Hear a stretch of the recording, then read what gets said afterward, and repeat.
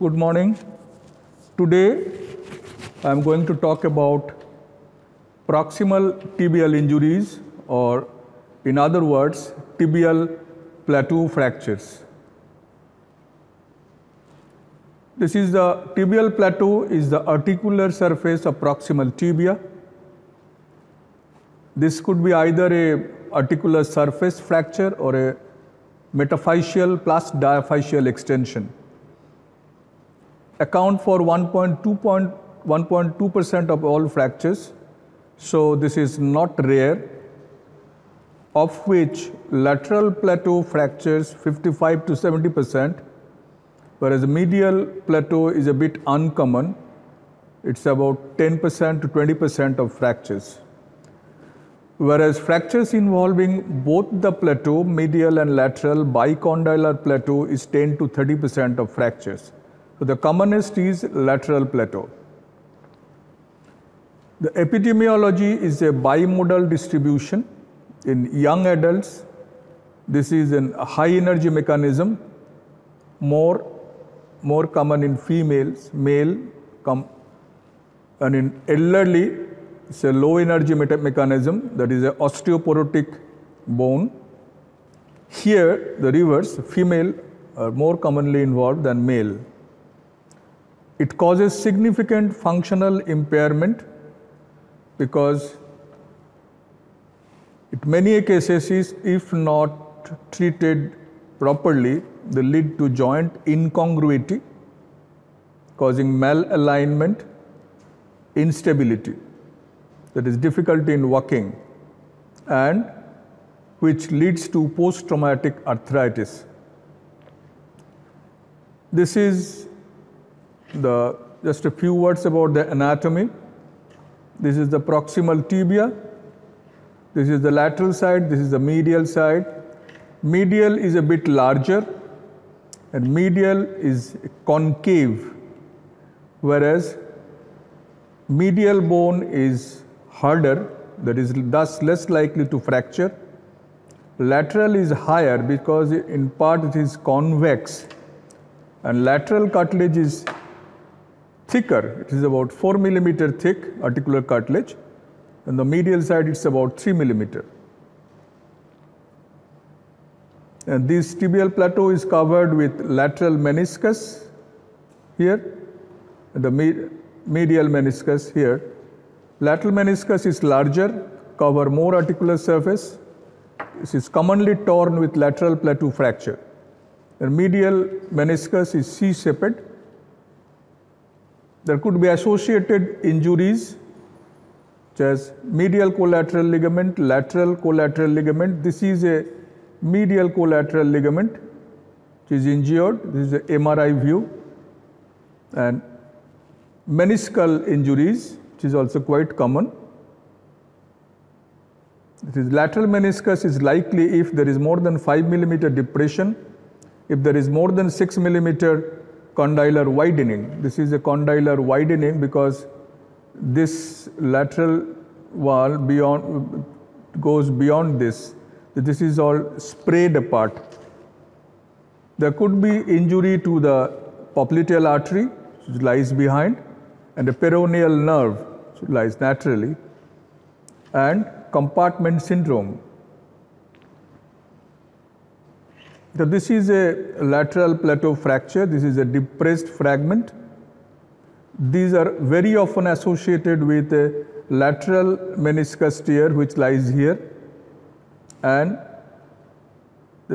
in many cases, there is also a medial collateral ligament tear and ACL tear. In medial plateau fractures, this is caused by more violent trauma. There may be popliteal artery injury and peroneal nerve injury. In bicondylar fractures, which are very often open injury, and they may lead to compartment syndrome. The patient has to be properly evaluated. Mechanism of injury, there may be polytrauma, there could be fractures at other places also. That has to be treated by ATLS, Advanced Trauma Life Support Protocol, consists of A, B, C, D, E, Injury factors, soft tissues, fracture patterns, associated injuries. Patient factors are age, the bone quality, that is if it is a strong hard bone or a osteoporotic bone. The comorbidities, whether the patient is anemic, diabetic, hypertensive or cardiac problems. Previous level of activity, whether the patient used to walk or maybe used to run or maybe a sedentary worker. Functional demands. These are to be considered. Initial inspection, this is mostly a direct trauma, that is a bumper fracture. Someone sitting in front, sit in the car, the leg bent, it hits the bumper. I mean, there is a bumper injury, so there is a direct trauma here that causes the fractures here. You can see by the color, the lot of bruise and blood collection here. These places relatively avascular. The blood supply to the skin is in jeopardy. So the initial inspection, skin integrity is to be seen, soft tissue swelling has to be seen, whether there is open fracture or not, whether there is any gross deformity, or if the limb is short, and the neurovascular status, that is very, very important, and that should be documented. If it is a low energy mechanism, that is in elderly, there is a knee swelling because of collection of blood inside the knee, that is called hemarthrosis. Limited knee range of movement, tended to palpation, able to assess knee stability, that is varus and valgus stress is applied, 0 degrees, 30 degrees, then the stress test and Latchman's examination for ACL deficiency. This is a classical high energy mechanism. This is an open fracture. They should be treated by ATLS, Advanced Trauma Life Support mechanisms, that is resuscitation, limb threatened. Soft tissue integrity is to be just open fracture, abrasions or blisters. Blisters are bad omen. Blisters means there is underlying blood supply is in jeopardy, so the operation should be delayed. If there is compartment syndrome or not, a knee stability examination, that is difficult to perform, it be a bit painful. Soft tissue assessment has to be done in case of open fractures, Gastilow-Anderson open fracture classification. In Charney classification, there is closed fracture classifications. Avoid missing compartment syndrome.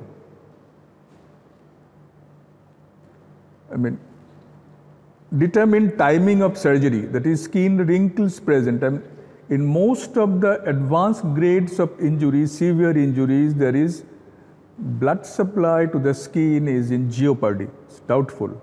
So you wait for a few days. Meanwhile, either we keep the patient on a elevated or we put an external fixator, I will come to it later on, till we wait for about 10 to 15 days.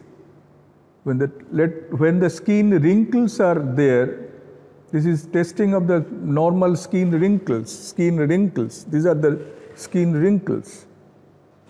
When these wrinkles come back, then only we operate.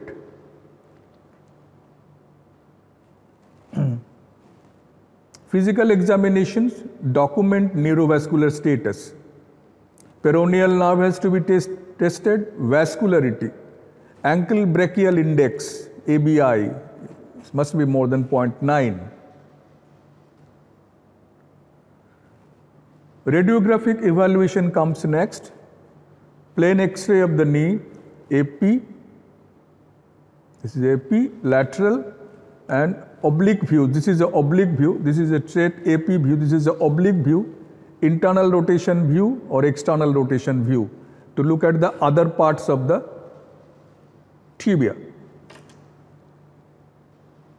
This is a tibial plateau view. There is an angle of 10 degrees. This tibial plateau makes a angle of 10 degrees with the horizontal. CT scan, as in most of the cases, these are fractures involving articular surface, so the maintenance of articular congruity is most important, which is very easily seen in CT scan. In most of the cases, they need CT scan because you can see it in 3 dimensions. Here you can see a depression here. Here is also depression. This line is depressed. Here is also, you can see the depression here. This has to be elevated to bring it in line. Otherwise, there will be a large step. Or obtain CT after applying traction, is after either applying manual traction, whether these are automatically corrected, or after applying external skeletal external fixation. Well, in MRI scan is also necessary at some time, because in cases of meniscus tears, this is a lateral meniscus, the meniscus is gone inside this fracture line. To evaluate this menisci cannot be seen by CT. In those cases, when there is doubt of meniscal injuries, it's better to go for a MRI. Then the lateral meniscus injury is in about 91%. Even if there is associated ACL and PCL injuries, that can be seen by MRI. Now comes the most important part, is the classification. This person, Schatzker, he is from Canada. He has made an excellent classification. There are other classifications also, but this is the most popular all over the world. I'll talk to this. You may not remember all of this. It's just to denote the severity of the injuries, how to make guidelines for treatment, and to tell about the prognosis, what is expected, the final count. So in the treatment principles, when there is a huge soft tissue injury, there is a huge swelling here.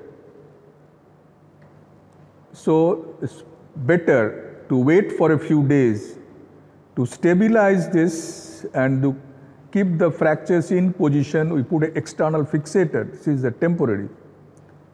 This is due to the soft tissue management. Let the soft tissue settle down, let the swelling settle down, and we keep it lifted on a pillow, and we put ice packs.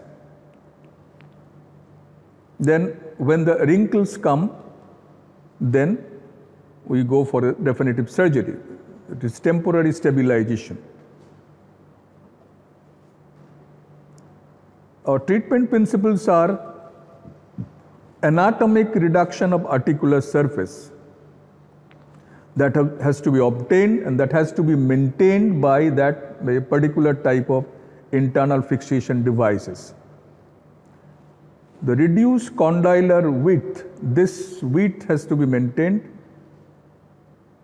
Width had to be maintained, address meniscal injuries, restore mechanical axis, metadiaphysis, stable fixation, so that early, this is a fracture involving the articular surface, there is every possibility of developing joint contractures, there is restriction of movement. To avoid this, early range of movement is highlighted.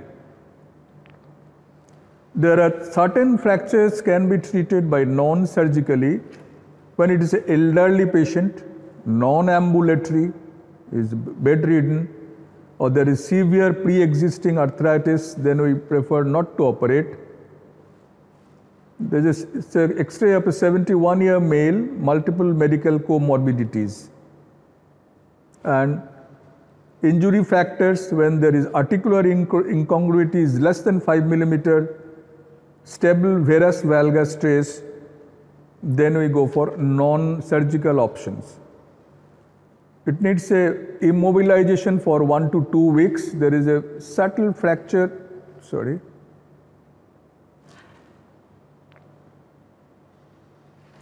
subtle fracture line here,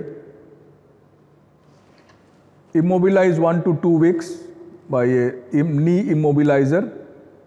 Then after 2 weeks, movement is started. Non-weight bearing for 6 to 8 weeks, otherwise this will collapse. Due to the body weight, this will collapse further. So a long period of non-weight bearing, patient is allowed to walk with a pair of crutches, 6 to 8 weeks. What are the absolute indications for surgery? Suppose this is a open fracture. This is open tibial plateau fractures. So primarily you cannot go for this is an absolute indication for a surgery. Here we go for a external fixator.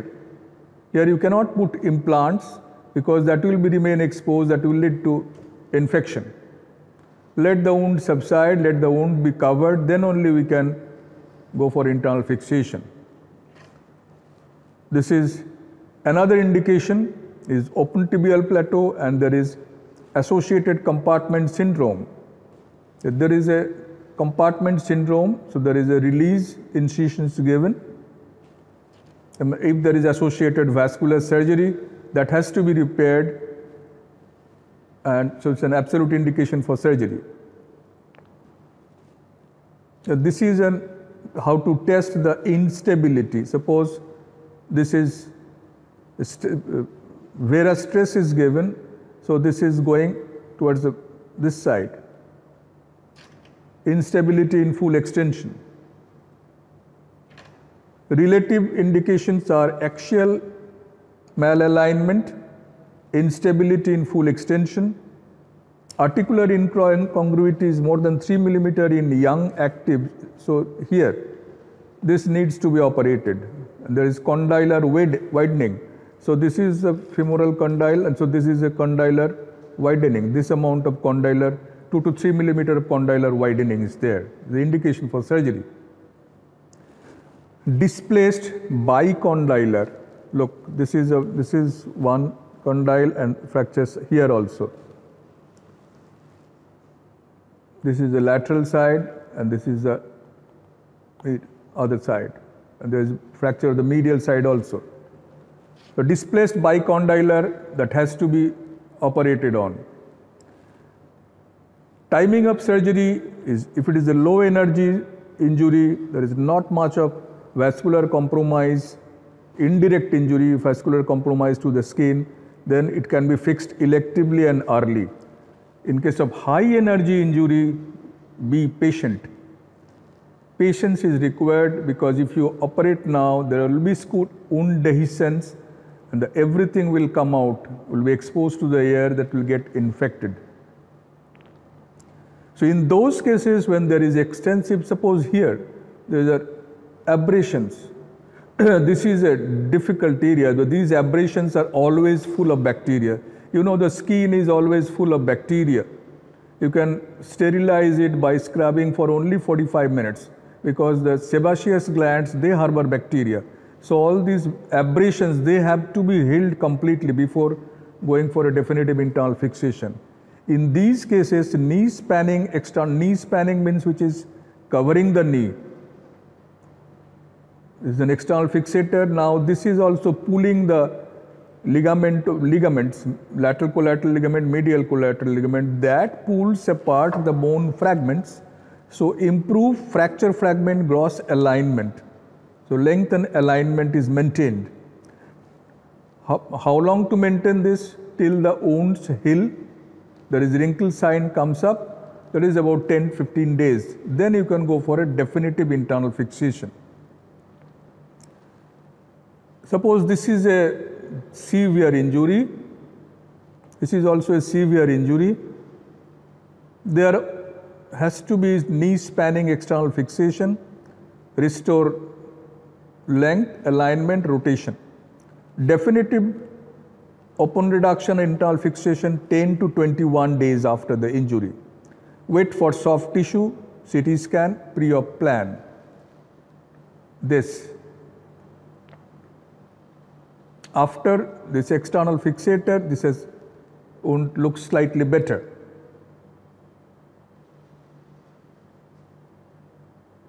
This also needs an external fixator.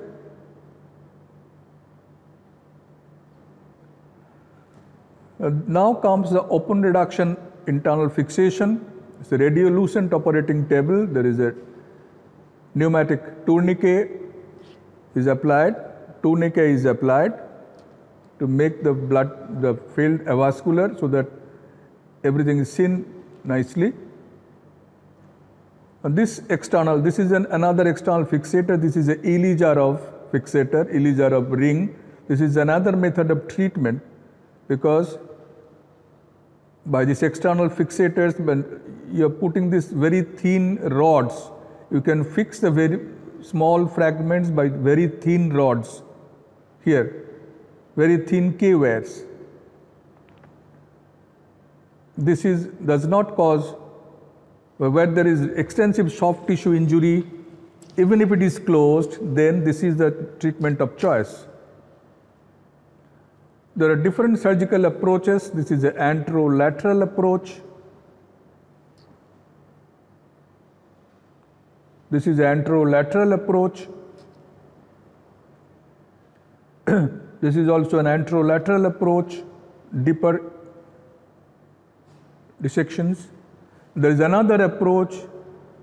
It can be tackled from both sides. This is a posteromedial approach.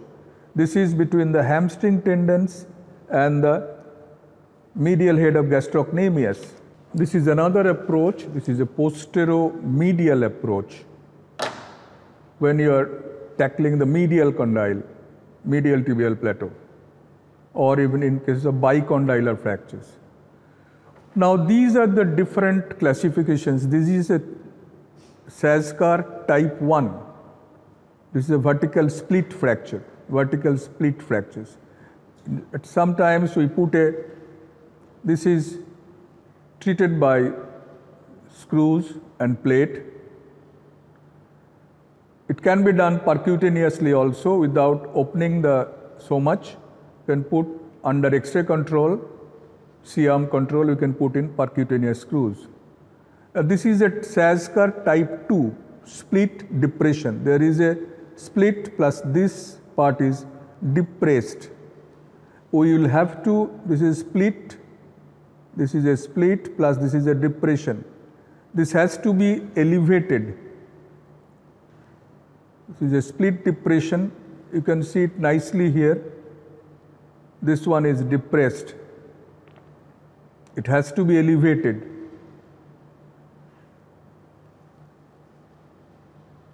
That fragment is elevated by tamps. Then this gap is filled up with bone substitutes or maybe by bone grafts. Then a plate is applied to hold everything in place. This is type 3. This is called a pure depression. There is no vertical split. This is a pure depression here. Pure depression here. You can see nicely by CT scan. And this is Schatzker Type IV Medial Plateau. This is fibula, this is the medial plateau. Look, this is the medial plateau. Medial plateau. Type IV medial, this is fixed like this. This is a posteromedial plate plus there is a posterior plate.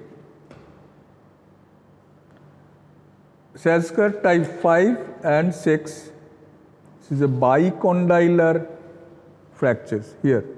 There is a fracture lateral condyle plus there is dissociation of the metaphysis and diaphysis. Look, these are the fracture lines. And the tibia is subluxate laterally. This is a very severe injury. This is also a meta-diaphyseal dissociation. Look, this is a severe grade of injury. Preoperative plan is important.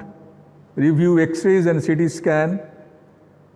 Identify all fractures. You need all types of plates and screws. and wears in your armamentarium to fix these nicely. Here we are using K-wears, small plates and screws, K-wears. There is a clamp by which is reducing the fracture. Look, this is almost a final construct. The final construct, plates, another type of plate. This is a tibial head plate plus independent screws. You need everything. Now the final position looks nice. This is also another Schatzker Type V and Type VI bicondylar, plates on two sides.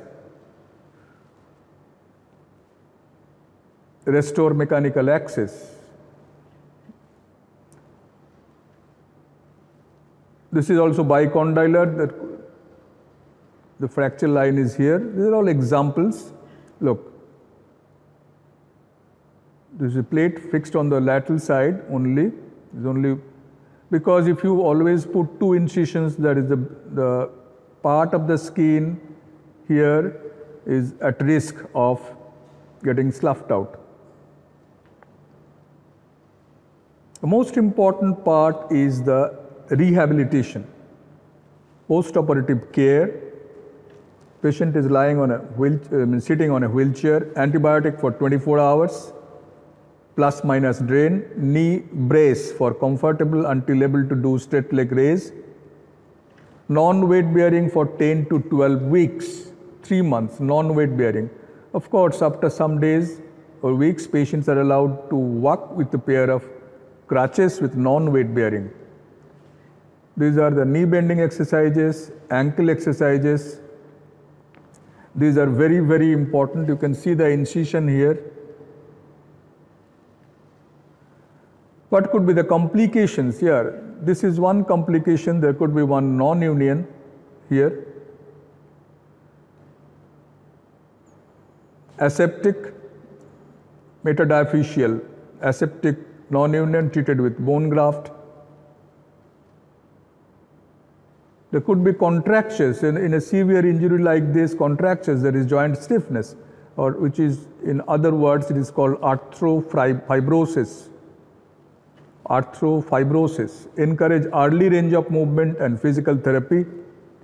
May require knee manipulation under anesthesia or arthroscopic lysis of adhesions. Or if it is irregular, then it causes post-traumatic osteoarthritis. This is Schatzker 2. Just examples. Schatzker 2, open reduction internal fixation. Bicondylar with metadiaphyseal fractures. Initially external fixation. Then open reduction internal fixation. Bicondylar with tibial tuberosity fracture here. This tibial tuberosity fracture, this is also not uncommon. This is also treated by open reduction internal fixation. Tibial tuberosity is fixed by these two screws. Bicondylar with tibial tuberosity fracture. Look, this is how it looks. This is a 3D reconstruction. Of 3D reconstruction CT. You can get a better idea so that you can plan nicely how to fix it, how to reduce it, and how to fix it. That is most important. Pre-operative planning is much more important than the surgery itself. 3 plates are used here. Well, in summary, understand the fracture pattern, respect the soft tissues. There should be minimal dissection. So, thank you very much for your attention.